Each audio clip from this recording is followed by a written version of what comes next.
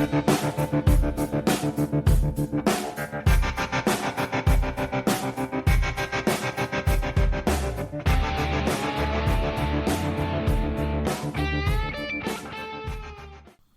to episode 54 of Unbuckling the Bible Belt podcast. I'm your host, Kate the Bluegrass Skeptic. And I'm your other host, Joe the Awesome Kindick. I don't have a cool intro like you do. Damn it. You're fabulous, baby. You're fabulous. Damn Skippy. But tonight, it's just the two of us. Like the song. Just the two of us. Do I get to be Will Smith? Or do I be the kid with the big ears?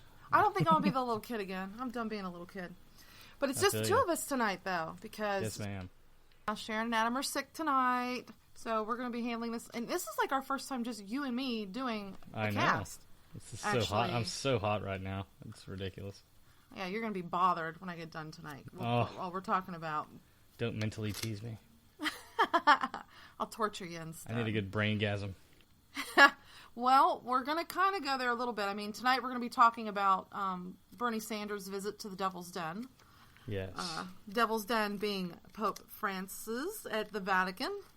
I'm sure a lot of people's minds are blown right now. I kind of posted a little bit about it on Facebook. So I'm just going to let this marinate for a minute and kind of mentioned he was there. And then we're also going to be talking about State of Tennessee's crusade for literacy. And I guess it's biblical literacy in this case. I mean, the irony, but anyway. Yes. Yeah. So that's going to be very, very interesting. And then we're going to be discussing that book, A for Atheist, right? Yeah, A is for Atheist by Andrew Snedding. He's a philosophy professor at the University of Ottawa in Canada. And he and I sat down for about 30 minutes, had a good talk. It was a pretty good interview. So, I mean, I'm biased, of course, but I thought it went well.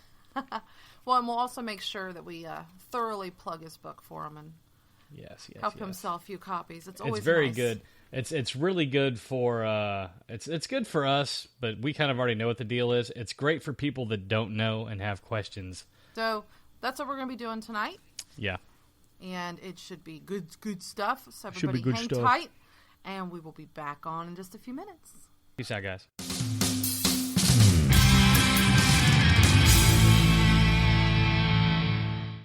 Are you ready, kids? It's time to go to the Ark Park. Yeah! Are you kids ready to pet the animals? Yeah! And don't forget some of the fun rides. Oh, I want to go down Chum Falls first, Mom. Chum Falls? Is that a new ride? I haven't heard of that one. Oh, yeah, Mom. It's super cool. We get to go down a route that looks like Noah's Ark, and we splash down through the bodies that are floating in the water with the sharks nearby. Wow, Brenda Sue. That does sound fun. What about you, Henry? What are you going to do first? I think I want to go play Clean the Poop Shoot again. That's a lot of fun. Oh, I don't know, Henry. You got awfully dirty last year playing that. And I don't think we brought an extra change of clothes for you this year like we did last year. I don't want to walk around the park and you smell like animal feces all day. Your mother's right, son. That's really a job for a grown man, getting all that poop out of the chute. Oh, Dad, come on. Now, Henry, don't argue with your father. You can always go play with your sister at the ancestral stomping grounds. That's a lot of fun, isn't it, Brenda Sue? No, it's only the two of us there usually. And he always likes to try and poke me really hard. Well, I guess I'll just take you two kids to the drowning pool then. That's always a good time. Hooray! I am Jim Helton, president of the Tri-State Freethinkers and regional director for American Atheists here in Kentucky. Answers in Genesis is spending $150 million to build a replica of Noah's Ark called the Ark Encounter in Williamstown, Kentucky. We at the Tri-State Freethinkers will defend their right to build such a park. However, we find this story immoral that's in the Bible and highly inappropriate for children. In addition to, the state government is giving them millions of dollars of tax incentives while allowing them to have discriminatory hiring practices. We at the Tri-State Freethinkers need your help. We want to raise enough money to put up billboards all over the area to let people be aware of how horrible this story in the Bible actually is. The more money we get, the more billboards we can put up in all different areas. In addition to, we want to do a counter-protest on their opening day and throw a huge party and invite all the freethinkers and atheists to come all over to show support for reason and logic and not superstition and myths. We appreciate all your support, and remember, all donations are tax deductible. For further information, visit our website, tristatefreethinkers.com. That's tri-statefreethinkers.com. There you will find up-to-date information on our campaign at Indiegogo and a quick link button to take you straight over to the donations page.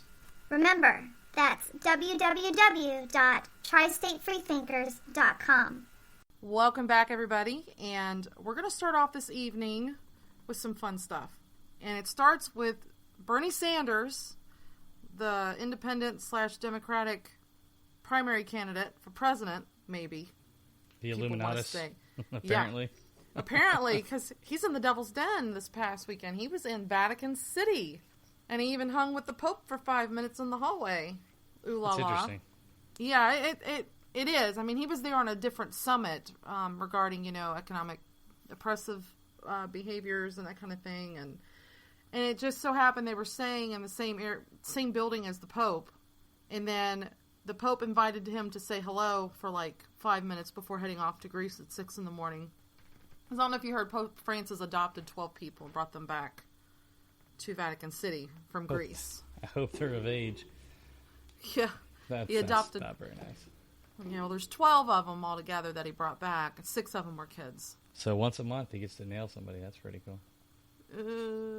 Well, I know his brother was having problems with that. That came out in the news not long ago. Pope Francis' brothers connected with hiding child sex abuse. So I already have issue with the fact that Bernie Sanders was even, going to Vatican City. I mean, I know he was there for a summit that had nothing really to do with the Pope, per se. But with all of the problems that we've had with the Catholic Church over the years, it kind of bothered me. He was saying hi, and it's not supposed to be political. Pope's saying it wasn't political. Bernie's saying this wasn't political. He's just really honored to meet the man. He admires Pope Francis, yada, yada, yada. But it's kind of convenient. I mean, it's an election year. Well, when you get the chance to meet the Pope, I mean, I would meet the Pope if I had the option to meet the Pope. Yeah. And I mean, and he's got to kind of come across to the American Catholic citizenry, I guess, for the election season. But anyway, so Sanders met the Pope, which is pretty big, I guess. That's so pretty cool. Illuminati conspiracies, their heads are imploding this week with that news. I didn't even know that was a thing until you told me. Yeah. I'm so saddened that I didn't know that until tonight. Hard Dawn, baby. Dawn is so hard. Harddawn.com. And it's not DON, because that would be an even better gay porn website. I know, right? Oh. Yeah, but check out Hard DAW. It just sounds like gay porn, whatever you say. The logo looks like gay porn. Oh, I'm yeah. just like... The logo totally looks like gay porn. It's like, I have an M16 for a cock. You should come touch it. I know, you get this chiseled young man. And it's like, okay, I get you're trying to look like an army guy, but most army guys don't run around shirtless with a six-pack ab. Or look like they would suck your dick if you asked them twice. With a special photoshopped in lens flare. Yes, okay? J.J. Abrams lens flare on your dick area. Yeah, I mean, it's fantastic. Like I told you, this really looked like a satire site till you read the comments section and then you check the side links. It's a legit site. But for those... I know. But yes, the Illuminati's mind is blown this weekend because his meeting the Pope has pretty much confirmed that, yes, there is a Bernie Sanders chemtrail problem in America. Okay? Yeah, obviously. He's going to undo American democracy, and he's going to help bring about the rape and pillaging of, American democracy with the Illuminati reptilian fascist overlords. So people are just... I know, right? That just rolls off your tongue so easily without you just acknowledging how fucking absurd that sounds. I love it. I mean, I love this shit. I'm so proud of you for that. I'm around people who believe this shit, and it's so much fun to just Do you really know listen someone to that believes this that kind of shit? across the street from me, yeah. Are you serious? I don't know any chemtrail people at all. I dated this guy for a while. What? This is before I knew how much the tinfoil was, glued to his head. But, yeah, it's just, I mean, Bernie Sanders, these people are just, how is he even getting past Hillary Clinton? And, and it's funny how they kind of argue how bad of Bernie Sanders' presidency could be. Because they said Sanders' presidency becomes even more preposterous once you pull back the cover on his secret agenda. And you're thinking, what's his secret agenda? Okay, and they say experts who have watched his candidacy closely will tell you that the yellow-fanged demagogue, I guess they're knocking his dental hygiene, is plotting to jail the job creator class and criminalize our finest corporate citizens. He dreams of free college and healthcare handouts so the next generation can grow fat on the taxpayer's dime. He will gut the military 1 minute and dump trillions in the laps of the unions the next. He'll bully the conservatives in Congress. He will take away states' rights, seize our guns, make Christian freedom illegal, and mandate sexual deviancy in our hometowns. Yeah, that's winner, chicken dinner right there. I don't see any issues with any of that. That's God. Where do they think people get all this fucking power from? The president really doesn't have any goddamn power. It's kind of a dick job, really. Well, I mean, Bernie's getting it because, he's in league with the reptilian overlords. Oh, that's right. Yeah, I forgot you mentioned that earlier. Yeah. Damn it. So, it's hard to keep all that stuff They talk straight. about, the rape of American patriotism, which is, really, basically they say Sanders is, looking for a government that's going to rule over us from cradle to grave, from childcare to free college to federally protected lifetime employment. Because those are bad things. Huh. Well, I mean, unless we get the Federation of Planets out of it, it is. It's just oh my gosh. So yeah, I mean, people's minds have exploded this week because Bernie Sanders went and pressed flesh with the Pope, Jesus. Pope Francis. I'm surprised the Pope did catch on fire because Bernie's Jewish. I know, right? And we all know Jews killed Jesus. Yeah, and so that's why the Catholics helped Hitler kill all the Jews. I mean, obviously. But I mean, there's a lot of things that Bernie Sanders and the Pope don't see eye on, especially when it comes to abortion and birth control, that kind of thing. I'm sure Sanders, while he admires some of the teaching, I mean, Sanders was really stroking the Pope, okay? I'm just saying, and I don't mean it in a sexual way. It's just, he's really, what did he put it in? The quote, it was on a CNN article, BBC article, I think it was, and Sanders was quoted as saying, I told him that I was incredibly appreciative of the incredible role that he, as in the Pope, is playing in this planet in discussing issues about the need for economy based on morality, not greed. I'm fucking not happy with that statement. No, that's giving him credit because that doesn't negate all the other terrible shit that he's done. Well, and I don't like this whole argument about economy based on morality. Because if that's the case, then denying gay service is okay. Because that's economy based on morality. You know what I'm saying? Yeah, morality is subjective, so yeah. I don't like it. I don't like the fact that he was going there. I think it wasn't right for him to do that. I don't agree with that statement at all. I don't. I was thinking more along the lines of, well, yeah, there's that, but you also think gay people are abomination and all this other shit, and women can't. I mean, you can't use birth control except for Zika, which we had 2 cases of in Tennessee this week, I might add. Yeah. Yeah. That's super scary when your wife's pregnant. It is. And it's just, you see all this going on, but I mean, I look at this and it's okay, do we really want a need for an economy based on morality? And I'm assuming that means that Francis, of course, we know, he does support the idea of a livable wage. He does. There's certain aspects, but at the same time, when you get 10%, fuck yeah, you want a living wage. But I don't think that has to necessarily be a moral issue. It doesn't have to be a moral issue. Economically, math-wise, it makes sense to pay people more because eventually they're going to bleed us dry and there's going to be no demand for middle-class goods because no one can fucking afford them. Right. Okay, that's simple finance right there. And yeah, I was not happy with Sanders going on about morality. I think that was a bit of a turnoff for me. I mean, no, I'm not saying go vote Hillary Clinton because of blah, blah, blah. I don't like either one of them, but I think this is just one more thing in Sanders' beautiful, untouchable persona that people are going to be in denial about and not really look at, I think. I don't know. But yeah, he met with the Pope this week, so I'm sure that'll look good. They say it's not political, but it's going to be interpreted that way. It's always political when people in power meet. Because, I mean, the Pope's people approached Bernie Sanders. Oh, really? Around. It wasn't vice. Oh. But Pope's making a PR move. No, he's not, though. The Pope swears up and down, I'm not meddling in politics. I was just saying hi. He's like, I wanted to meet the guy that's closest to Jesus in the Republican and the presidential race. I guess. So, I don't know. I just thought it was kind of stinky. I didn't like it. I didn't like it at all. Stinky cheese. But, I get at the same time, that's somebody you have to deal with. That's going to be part of your electorate. Though, I mean, we know Rick Santorum will tell the Pope to shut the fuck up when it comes to science. The average Catholic reveres the Pope. So yeah, I thought that was hilarious. I was like, and the best part about that was like, oh, he's got a master's in chemistry, but that's all right, bro. Tell the Pope about science. Yeah, just shut up about science, Mr. Pope.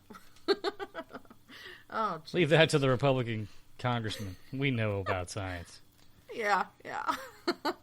They know a lot about science. That's why the Catholic, the Vatican, they've been very progressive with their views on the universe and whatnot. You know? Yeah. I mean, after they killed a bunch of atheists for it back in the day, they're actually, of course.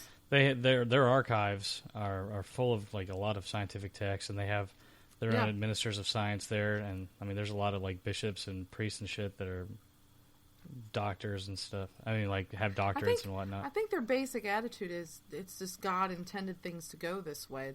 I think their excuse for evolution was because some of them are accepting evolution, but what they're saying is basically God set things in place to happen this way. That's what Francis Collins believes. Yeah. It still started this way, and then evolution was just part of the process. Well, I mean, he put the environment in place to have these things happen. So they're trying to, keep the outside creator. Gotta stay relevant. All this. Gotta stay relevant. But at the same time, you don't want to look like a complete dumbass. So I guess that's how they're doing it. I don't know. So yeah, now we got Catholicism endorsing the Bernie Sanders campaign. I know technically they haven't, but come on, if you're inviting a guy in for 5 minutes to say hi, really? And then you're going to go on about how awesome the Pope is, and the Pope says it was great meeting you. It's just like, come on, it was an endorsement. Well, I want to know is like, does the Pope's private jet have white smoke chemtrails, or does that confuse people thinking the Pope died and they need a new one? I don't know. All I know is according to Hard Dawn, chemtrails for Bernie. We got to make a porno with Hard Dawn in it. I don't give a shit. We have to do that. Hey, I told you I am going to send a note out to these people and see if I can get one of their editors on our show. Oh my god, yeah, that would be amazing. It'll be so much fun. It'll be fun.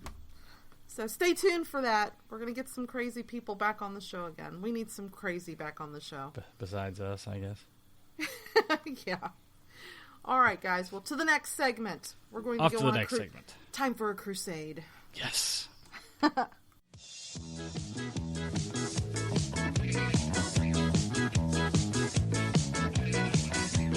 Jesus is a friend of mine. Jesus is my friend. Jesus is a friend of mine. I have a friend in Jesus. Jesus is a friend of mine. Hey kids, it's us again. Haha. Just want you to know that Jesus is my friend. And I think you guys should also be friends with him. Hey, and he'll show you how you can worship him and still play rock and roll. That's correct. Yeah. Shout out to Sunseed for that one. Oh, it's so wrong. Like, and it's not S-U-N, jizz. It's S-O-N seed. Yeah. Oh, it's just not right. Jesus jizz. Yeah. Big fan. It's horrible. There will be a link to the whole video for those who are morbidly curious to see a musical train wreck. I'm hoping that our listeners have already seen that, really. But this is leading into something we discussed last week about the Bible in Tennessee becoming the official state book. It had passed the Senate, it had passed the House, and then it went to the desk of Governor Haslam for him to sign, and he vetoed it. Kaboom! Yeah, it was awesome. Mic drop. His thought. reasoning was, I'm kind of glad he led with this, because if he led with the other thing, I'd have been a little more pissed off, but he said it violates the Establishment Clause of the First Amendment of the Constitution, and also Tennessee State Constitution, about putting anything first. And then he also said, I believe the Bible is a holy book, and or what was it, a sacred book, and that by making it the state book, it would take, it trivialize it. Yeah, take some luster out of the bullshit. It would trivialize it because, as we were discussing earlier, we've talked about this before on this show.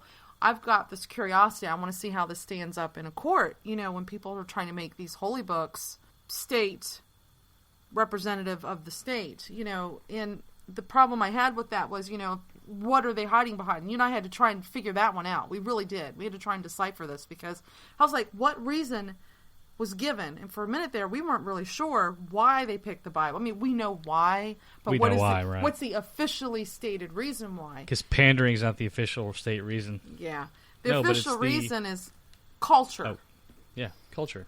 The historicity of Christianity in Tennessee or whatever. The historical significance of the Bible and what it played in Tennessee's founding and history, I guess, is what they're saying. And I think, what was it? There's 2 representatives because, as we know, Haslam was like, oh, fuck no, I'm not signing this. And then what did Representative Jerry Sexton and Senator Steve Sutherland do? Or they're going to take it back and have them re-vote on it. On Monday. Because they're cockstains. Well, they're more than cockstains. It turns out they're ordained fucking ministers. So that was oxymoronic then. Yeah. No, like, not oxymoronic. Redundant. Damn it. Fuck that up. Pretty much. Anyway. Yeah. But yeah, I mean, these guys are fucking ordained ministers, and they're spearheading to get it sent back. And the problem with the way Tennessee works, I was reading up on this too, and for those who are curious, you can go to timesfreepress.com and just look up, Tennessee Bible Bill, and it'll pull up all the articles they've written. But this article was saying that these 2 people, basically, all they got to do is get the same amount of votes that they received to pass it in order to overturn the veto. So they just need 50. Which is kind of bullshit.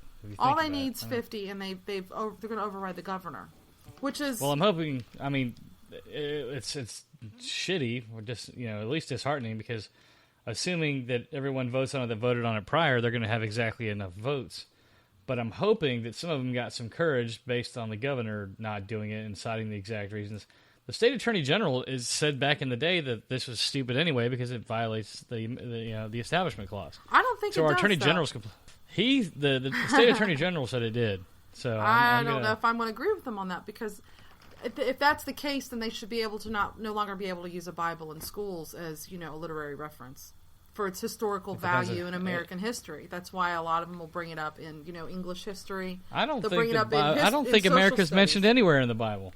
It has nothing to do... that's not what they mean by that, smart ass. I know. You know what that means. It's just like, well, how did the Bible's significance play into American history? It made white people think that they're superior and slaughtered millions of fucking natives and then put black people into slavery.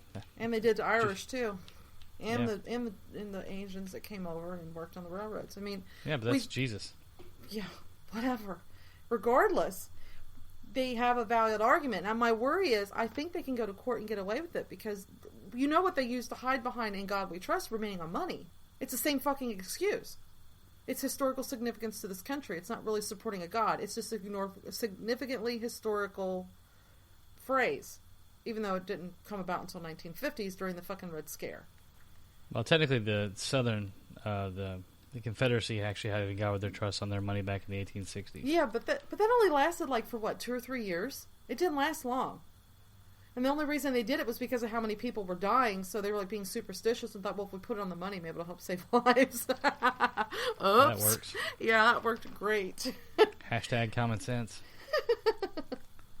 Yeah, hashtag prayers don't work. And neither do superstitious magical inscriptions on money. So, yeah, I think, though, if they go to court with this, they might actually win. I'd like to... I'm not saying it's a good thing, but I think I agree with win. you. But I think that'd be an awesome case to watch. Yeah, I'd like to watch that get argued. I mean, it's morbidly curiousness on my part. I really do think they'd win because if now what I want to know is, I'm sorry. No, finish. Go for it. I'm just mid thought. Well, I was thinking. I need to look it up, but will he go back in front of the governor, or if they 86's veto, it goes into law, correct? Yes. He doesn't have a choice. It's in. That's going to fucking suck. Yeah. I mean, Bill's family is one of the richest in Tennessee. Yeah. The Haslams. Yeah. Listen here, motherfuckers. I will pull my fucking things out of here, because that's how politics works. It's all about whose dick gets stroked by whom. Yeah. Which, we'll start pulling dick, gas stations out of your town. Yeah, but, I mean, we're talking about dick stroking, and if we're going to talk about dick stroking, it's an election season, and they all had to finish their candidacy registrations a month ago. I mean, it's just, I think the whole political candidacy thing, they might not get all the votes they need because people are going to be thinking about, oh, well, it's an election year. They were feeling brave before they filed their candidacy papers, and now that it's set in stone and they're running, they might not continue with what they were doing. Yeah, this is Tennessee. This place I is think like they 90% will. fucking Christian. I don't think it's going to fucking matter. They'll do it anyway. And I think it's going to stick. And what's going to happen. You guys will set the precedent for this shit for once. You will be number one in a really wrong thing, finally. Well, I think we're number one in... Kentucky's beat you on a lot. Yeah, but never good things. I know, but we You beat got the, you. you got the I'm lottery talking before we did. Good I'm job. talking about dumb, stupid shit, Yeah. Oh, yeah, We were you usually guys number one in dumb, stupid shit. No, it's been Alabama and Mississippi lately, to be honest, and now it's just... Well, yeah. The whole South is going to shit. Well, did you kind see? Of already was anyway, we're cutting college funding, and we're going to make them compete against each other for funding. Well, man, we've really fucked up. But it's just like this whole book thing. I know if this passes. That's free market. That's free market right there. Oh, whatever. Education shouldn't be a business. But no, I think it's serious. I mean, if this sets the precedent, we're going to see this in a majority of states. Oh, yeah, we totally are. And Utah's going to go Book of Mormon? What, you want to bet? Oh, probably. They probably would. Because they're the majority out there. It's just crazy. That's just, you see all of this, and I'm watching this happen, and it's like, I think they can really get away with it.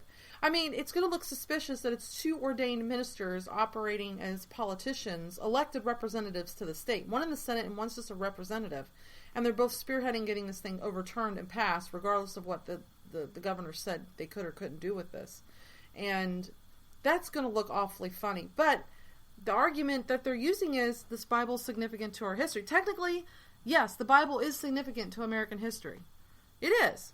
But so is, it is. A number of other books. Technically, Mein Kampf is, too. Yes. I mean, that's what I'm saying. There's a lot of things that can be done here. So I'm thinking, we should get someone like from the ACLU on, who knows how to argue this kind of law, just to get an idea of what's legal or not. I have a feeling they can get away with this shit. I really do. I mean, Christ, you guys have got like a fucking murder ballad as like the state poem. I don't even know the state poem. What the fuck's the state poem? Yeah, Seriously? it's some kind of a fucking murder ballad. Well, I mean, we do murder well in Tennessee. I don't know if you do that. We do it well here. That's silly. I think it's Brushy Mountain or some crap like that. Brushy Mountain's the the federal state penitentiary. Well, there's a song after it, and they made that like the state fucking song or some shit. That's hilarious. Wow, what a fucked up place. I mean, I'm glad I moved here. I wasn't born here. Just saying. It's ridiculous, right? So I guess it makes sense they'd put a book about genocide as the state book. They're singing about murder. Why not?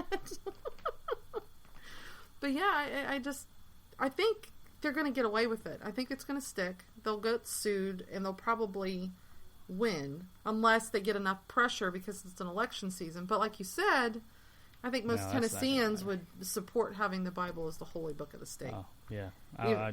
What's going to be interesting is, which edition of said Bible. It's going to be King James. Guarantee it. Yeah. And it's just like, is that the one they used back when they founded Tennessee? Sure. They tried to pass it using Andrew Jackson's Bible as the state book. And we all know how Andrew Jackson treated human beings, namely the Native Americans. Quality human being, Andrew Jackson. Terrible stuff. Terrible stuff. Yeah. Yeah, I just think, sometimes obviously they're using this as a political statement. What? A soapbox. No. And, they would have to show the actual intent of the book selection being as a representative of the state religion. And obviously they're not doing that. So I think you guys are stuck with the state book being the fucking Bible. Well, that's all right. Yuck. Never been one to burn books before. I might as well try it now. Yeah.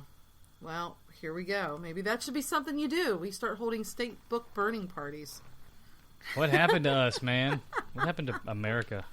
Remember we used to be a thing? Oh, I know, right? That's just horrible.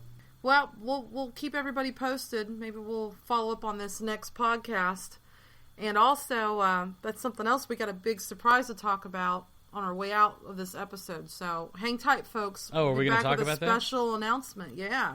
Are we going to do it? Yeah, we are. It's big news. Yeah. Big news for That's next week. hot. See y'all in a minute.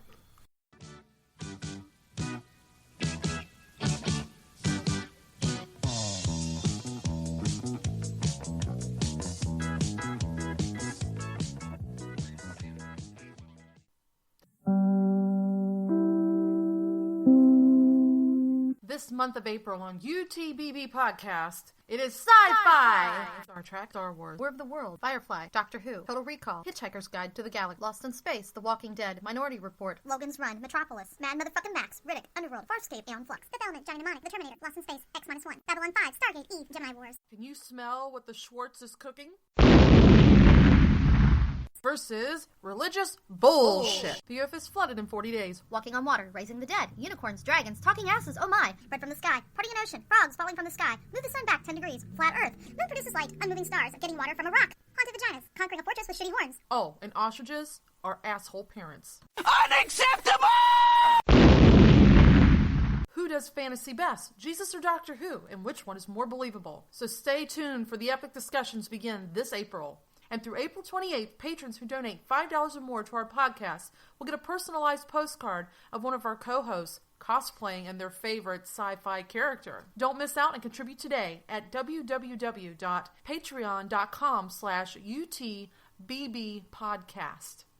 So I'm on the line here with Andrew, is it Snedding? Snedding, yes. Andrew Snedding, who has recently wrote a book called A is for Atheist and A to Z for the God-Free Life. And you're a professor of philosophy at the University of Ottawa, correct? That is correct. Canada. That's awesome. Well, tell us a little bit about your book, if you don't mind, please. The book is, as it might sound from the title, it's an alphabetically organized trip through what at least one person's concerns and thoughts and life as an atheist is like. It's written for a general reader. It's broken up into a lot of pieces so that people can pick and choose as they like, although my experience has been that people start at the beginning and work through, but that's not how it's required to be read. And the reason I wrote this kind of book was that I had this growing awareness that atheists weren't well understood, even if they were becoming more common or more high profile with the few big books from a few years ago, Richard Dawkins, Christopher Hitchens, other people. There's a lot of attention given to atheism in a sense. Nevertheless, it didn't seem to me that atheism or atheists were well understood, even if it was understood that they were about. And this was a source of some problem, I thought, and could be a source of problem. So I thought it would be nice to have a book, an accessible book, that tried to deliver some understanding about atheism and atheists, what it might be like to live a life of an atheist, what kinds of concerns such a person might have. And that's what led to this book. Well, I have to say it's perfect for, I'd say not so much for us, but for people that are trying to figure it out. Yeah. Like, I know that I've had people ask me, well, don't you guys worship Satan? Or, no one's asked me the baby eating question. I'm still waiting for that one. Oh, wow. Yeah, no. But the lack of understanding is really, the devil worshippers and all this other stuff. Yeah. And this is a great tool to have. That was what I was hoping to provide, exactly to that. To the I work at a university, so it's very easy for me to picture somebody who's gone off to university around the age of 20 and has a lot of questions about all sorts of things, just about what kind of life to lead, and not necessarily about religion, about all sorts of things. And it might be nice for there to be resources to address the questions that this kind of person might have. And so this is a book in part for that person, for my new student at university who's wondering about religion, wondering about atheism, and might want something easy to read about this kind of thing. I think eventually just someone will ask you a question, just say, page 34, please. Don't bother me. Yeah, there's a risk in the book. I cross-reference the entry. So if you're reading one on whatever, God or something, chances are there are references to other entries of the book that are, I think, relevant. And so the risk is that, from my perspective as the writer, I say to somebody, we'll just trace the dots in the book, follow the cross references. That's too brusque, of course, but hopefully the tools are there in the book too for somebody to trace themes, because not everybody wants to read a book about this stuff, but they might have a few specific questions. And this is the kind of tool in principle that would let somebody look at some questions about, say, values, not necessarily about the existence of God, or you just have this particular question about atheism and values. And maybe there's a few entries or a lot of entries in the book that pin that down. So that was my hope. I like the way it reads. Did you have you been like a lifelong atheist, or is it something you came to later in life? Later in life, I grew up in a religious household. We went to church, but it wasn't sort of saturated, heavy-handed religious household. It was pretty light touch. I think that's pretty typical in Canada. In Canada, you get a vast array of religious experience and very rigid.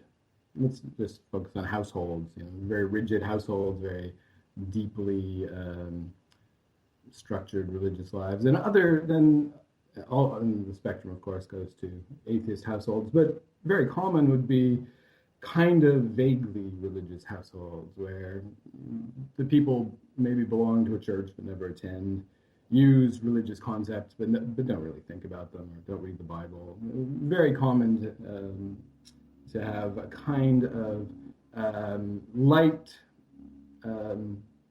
taking seriously of church and church life and religion. My family was a bit more regular than that, but we went through spells. It was more when I got a little bit older, as a teenager. When I was younger, we didn't attend church so regularly. But as I got older, we did more, and I'm not sure why exactly. And during those years, I was serious about faith in a kind of superficial teenage sense. Sort of didn't cross my mind not to take this seriously, let's put it like that. And then I went to university, and I took an array of courses in my first year. And among them were philosophy, which I found very attractive. Just liked it. Wasn't a course with much religious content, especially in the first semester. It was a 2-semester course, but I certainly liked the spirit of inquiry that I found in that course, and the encouragement to think hard about arguments, think hard about positions. That was very appealing. And the little bit of religious content that was there, we read some Plato, some very famous ancient Greek philosophy that addresses concerns about possible relations between God and morality. And that was fairly eye-opening. But perhaps even more eye-opening was a history course I took, which was a history of ideas course. And very standard sort of course. You'd find it in many universities, maybe even high schools, but not my high school. And part of this sort of history of the ideas that are the foundation of Western civilization kind of course, very early parts of it focused on the Bible, and just a very brief look at pre-Christian traditions from which some of the Bible stories or biblical texts were taken and put together. And I found it very eye-opening to look at the Bible as a text with a history, a text with a human history, a history in other religious traditions. And that seemed quite important to me. And the result, I think, pretty much of my first year of university was to think about religion differently. It wasn't that I was a self-identified atheist at that point, but everything had changed. And within a few years, I would have called myself an agnostic. And within a few years after that, outright atheist. So no, I'm not a lifelong atheist. But when I discovered it, when I found it, it did have the feeling of finding something that did fit me. It wasn't just that these ideas seemed true, but they seemed appealing and comfortable in a way that my religious background hadn't. So what you're saying is education made you an atheist? Didn't hurt. Education also made me a believer to begin with. You're born into a certain context with ideas, and you receive them either in formal ways or informal ways, and maybe just adopt them.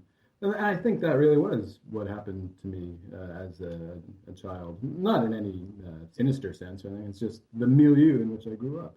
So part of the interest in my case in writing the book was to make my little contribution to making atheism a little bit more common, a little bit more accessible.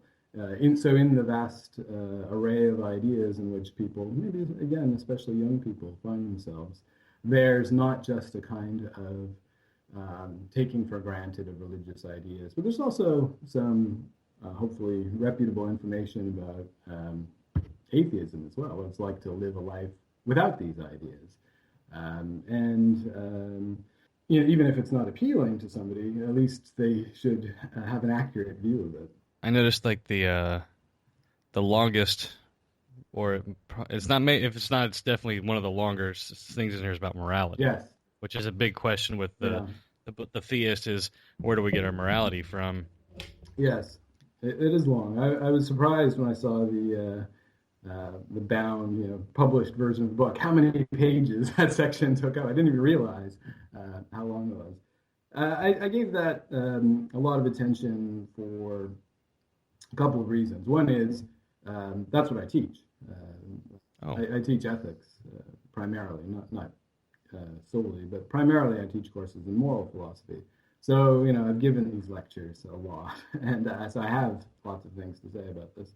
An awful lot of it is pretty common stuff in education and philosophy, pretty basic stuff, but nevertheless, it's important to spell it out for one reason or another. But in the little bit of talking I've done, again with students or talks at the university I've given about these sorts of topics, I'm less surprised now, but I was originally quite surprised by how interested the people in the audience were in moral questions, questions about relationships between value and religion, rather than the questions about, say, the existence of God or the existence of the supernatural, things like that. When I guess I was a little insulated when I was thinking about these kinds of things in recent years, but I didn't see that coming. And so the interest that I encountered in the people that I spoke about these things with, in values, in morality, drove me to give this the most extensive attention in the book. And that might differentiate the book a little bit from some other treatments of atheism in other books, where the attention is given, in some books anyway, more to, as I say, the existence questions, the question of the existence of God, or relationships between God or religion and science, these very important sorts of things. But if people are really interested in morality, that deserves addressing. I agree. I don't know. I come from the not the philosophical side as much. I think I think there's usually two camps on how people become atheists. Usually there's the science side and the philosophy side, and even though they're not, the two really do kind of entwine, they kind of don't. Yes. People kind of see this, well, this is philosophical and this is scientific, and never the twain shall meet. Uh-huh. Do you feel that being a philosopher and teaching philosophy has helped either cement your faith or lack thereof, or did it just start causing the questions that made you stay there? In some ways, I want to say both. Can I say both? I think so, yeah. Sort of answer. So yeah, the more I think about these things, so I started studying philosophy as a student in the late 80s. So, the years have added up. And it's not like I go through periods where, I think more seriously about religion, take it more seriously, then take it less seriously. It's been a pretty linear development for me. I start to have certain sorts of questions start to value critical examination of religious ideas. And from then on, even whenever I studied these sorts of things, it tended towards, let's say, consolidation of my God-free tendencies. But at the same time, I'm quite seriously committed to philosophy as, on the one hand, an academic discipline, on the other hand, as a kind of intellectual stance or set of intellectual stances that is really willing to follow arguments wherever they lead. So in principle, I could be talked into theism. In actuality, I don't have a clue how that would happen. I don't know. I don't see where the remotely plausible arguments would be found. But in principle, I'm committed to following the arguments. In principle, I'm committed to doubting everything or being open to doubting everything. That leaves, in some ways, the existence of God as an open topic, something for which a good argument could be provided. But there's a long history, like literally centuries or millennia of the attempt to provide such arguments, and it's not a very promising history. No, so not a good one at all. I'm pretty confident in self-identifying as an atheist here. Like, I'm not betraying my philosophical scruples by thinking, okay, the balance of reason points to this. Excellent. Well, I think you'd have to re-question all the time, just based, keeping it like true, I guess, or not true, I should say, but keeping yourself. Why am I blanking out here? But intellectually honest. There we go. That's right. Yeah. Do you feel that? Through the book, you're talking about different parts of non-belief, the lack of comfort that religion brings, or the lack of the comfort that religion brings. Right. That's kind of a big thing. I know my wife has lost tons of people in a short amount of time, and I know that's a comforting thing to her, that eventually she's going to see them in heaven. Yes. And of course, I don't see it that way, and I haven't since I was 9 years old. So our outlooks on death are completely different. Yes. And you see the argument, well, the religion does a lot of good things, and faith does a lot of good things. Where do you sit on that? I on the one hand, I find it hard to give credit where it's due, but in this case, I do think some credit is due. So, in the book, the baseline position is I'm an atheist because I think that is true. I think there is no God, and lots of things follow from that. But I also recognize that religion enters people's lives not purely, or not even, perhaps even centrally, as a kind of theoretical proposition, a matter of adopting certain sorts of beliefs about the nature of the world. But religion does things for people. Either the institutions or the ideas do things for people's lives, and they do valuable things. And there are potential losses there. Whether somebody finds religion comforting or not will depend in part on the tastes that a person has, the worries they have. As I said, I was a vague sort of religious believer as a teenager, but I didn't have big problems, and so it's not like it was a really important source of solace in really dark times or anything like that. I had sort of problems that felt important as a teenager, both personally and more generally. So growing up in the 80s, I grew up as a kid half expecting the world's end in nuclear war. And that was, as a 15-year-old, that's a kind of bleak thought to have. But it's not like it was like family members were dying, or I was dealing with a closely related source of sadness. So this was very much an arm's length sort of source of worries. So in my case, although there was a sense in which religion was a comfort, it wasn't a terribly important comfort. And it was also a source of fear. The religion in which I grew up wasn't particularly optimistic with regard to the prospects of people going to heaven. It was much more likely you're going to hell. So it seemed to deliver a fairly bleak worldview.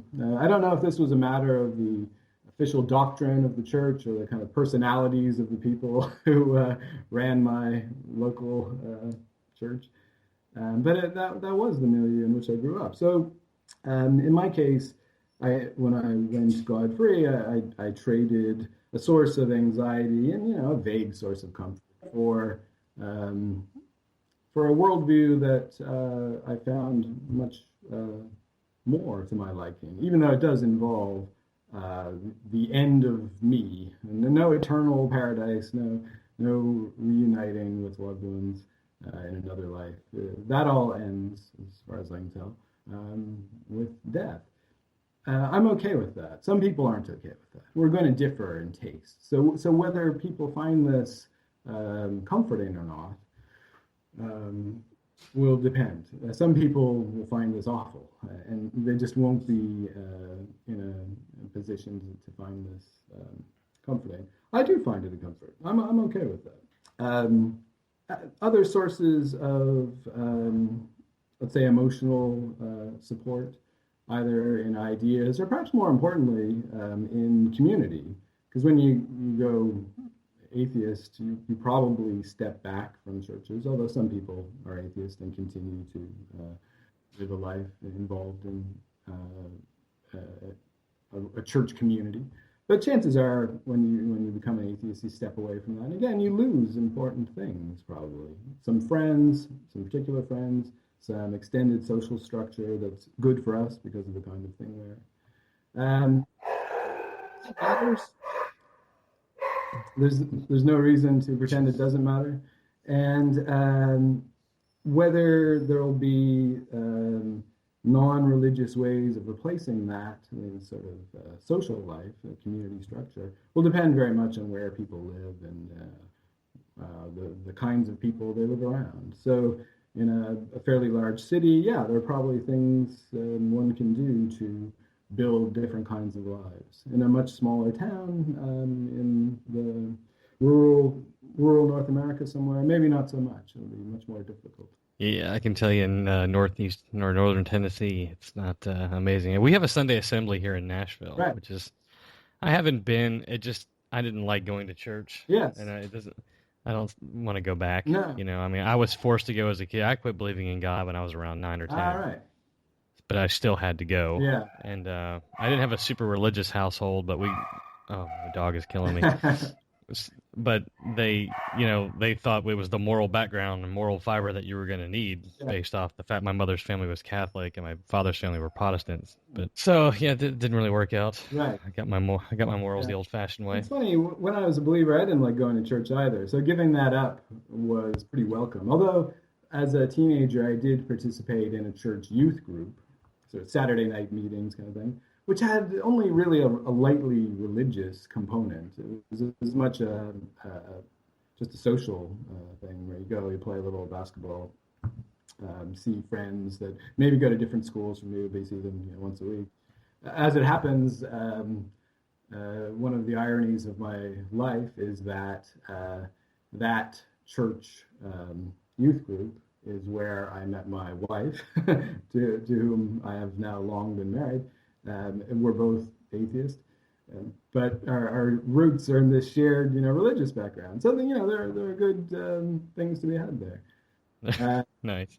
Some people like church. Some atheists like church. Or like things about church, like the rituals, like depending on where you go, like the buildings, like the people you see, like maybe certain things about the worldview. Even there can be a kind of atheist participation in religious practice, let's say. So you give up the belief, but you can if you live in a context in which it is a fairly optimistic religion, you can like the fact that people get together, put aside their day-to-day concerns and try to see a certain kind of good in the world. As I say, the religious worldview with which I grew up wasn't an optimistic one, so I didn't lose that.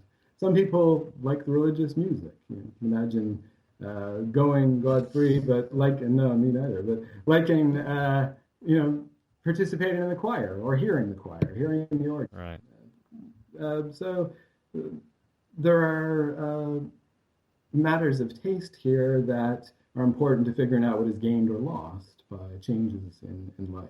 In my case, it's been a pretty straightforward gain by giving up religion. And with regard to needing to replace certain things, it's been fairly easy. And so since I didn't like going to church, there's been no reason for me to want to participate in anything like an atheist church where there's weekly meetings or some sort of, I don't know about ritual, but at least meetings and institution that does some of the good things that churches do without the dubious worldview. That sounds, I mean, there are things I approve of with regard to that, I guess, but that sounds pretty crummy. If I were to think of adding this to my life, it would feel like a burden to. Yeah, I agree. To add, I didn't, to get church back in a certain sense would not be what I want. Sundays are for beer and football. That's how I look at it. Right. Well, Andrew, it's been a pleasure. Where can we get your book if we want it? My understanding is my book is available in some bookstores, in brick and mortar bookstores, and is currently available through major online book retailers. It's published by Pitchstone, and they might be able to sell it directly or point you in the direction of vendors. I don't know. Excellent. Yeah, I think at Pitchstone, I do believe there's an option to go check it where they're selling stuff. So, pitchstonepublishing.com. Andrew, it's been a pleasure. It was really nice talking to you. It was nice to talk to you as well. Thank you. And we'll keep. I'll try to pimp your book out because I enjoyed it. I thought it read really well, and I think it'd be really good as a gift from the atheist to the believer in their life to here's some questions, and then this will answer some of the base questions, and then we can go from there. It'd be really good if it was helpful like that. I'd be very pleased to learn that it had served that role in somebody's life. That's definitely how I'm going to use it. Be like, just read this, and then come back to me if we want to talk further about it. Excellent. And not in a standoffish way. They're like, I just don't want to talk to you. But I think this sums up a lot of the little things that the questions that we get. My favorite is still the prayer thing. We don't do it. That's my favorite. I just love it. It's like the Jesus wept of this book. It's my favorite. I hadn't thought of it that way, but yeah, you're right. There you go. Yeah. Good. That's good to hear. All right. Well, thank you, sir, and we'll hope to get back with you if you start writing some more books. Excellent. Thanks a lot. Okay, everybody. Big announcement because it's huge. It's pretty large. Humongous because this is the fangirl in me. This is something that I've dreamed about since I was 16 years old when I first read a book called The Physics of Star Trek. And then I eventually got to see him in a lecture probably when I was 19 or 20, and I was instantly smitten. But it's sci-fi versus religious bullshit month here on Unbuckling the Bible Belt. And for episode 55... we have a very special guest, and I know, Joe, you want to do this, so who is it? Lawrence motherfucking Krause! Yay! I'm so excited. So, yes, we're going to have Lawrence Krause. If you don't know who he is like... fuck off. Oh, no, please listen. Please listen to the awesomeness that is Lawrence Krause. I think he's the one that always likes to tell people stars died to create you, I think is one of his most famous lines. He's totally, the Carl Sagan, we're made of stardust. He's also the one who's done The Universe from Nothing. You might know him from working with Richard Dawkins. The Unbelievers, which is also on Netflix. You should watch it. Exactly. I tend to like Lawrence's approach a little bit more than Dawkins. He's not as acidic, which I appreciate. Dawkins makes me smile. Yeah, I mean, he's such a dick. I like Dr. Krause, though, because I think he makes very good discussion. You can keep up with him because he's a teacher by trade. I mean, technically Dawkins is too, but I think that Krause is more civil. He's more in touch with educating an audience more so than Dawkins at times, I think. But what can I say about Krause? Oh my goodness, he's written The Physics of Star Trek, which everybody had to read, and if you haven't, read it. It's layman's terms. It's pretty easy to keep up with. You will learn so much and be like, wow.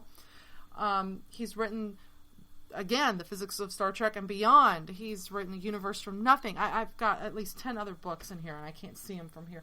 Tons of books, all wonderful, wonderful dialogue, easy to follow.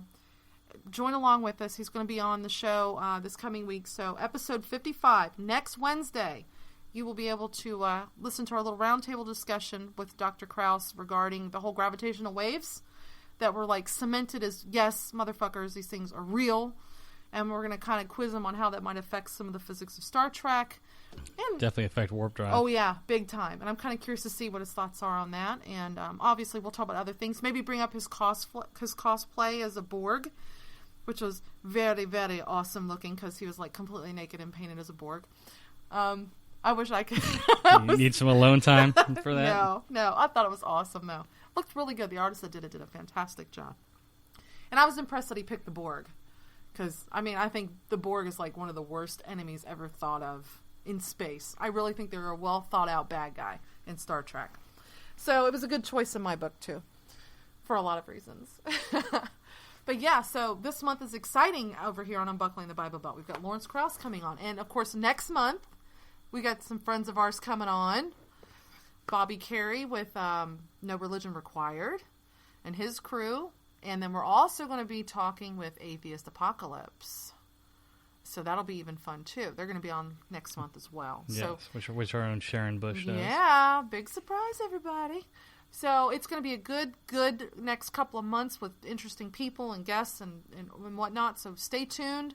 And like I said, next Wednesday, it is Dr. Lawrence Krause, University of Arizona's own. So come check it out. That's so cool. I know. I can't wait.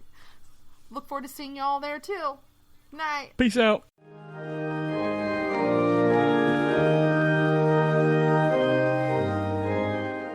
Now please bow your heads for the new atheist prayer. To the mortally created Father in heaven, I decided to forego your name. Your kingdom was false. Your will was non-existent on earth and even in the stories I heard of heaven. Every day I earn my family's bread. I work hard to have my wrongs forgiven and hope I am shown compassion in return as I show to everyone that has wronged me. I no longer let your promises lead me into irrational decisions, as I understand I only have myself to blame. Ramen.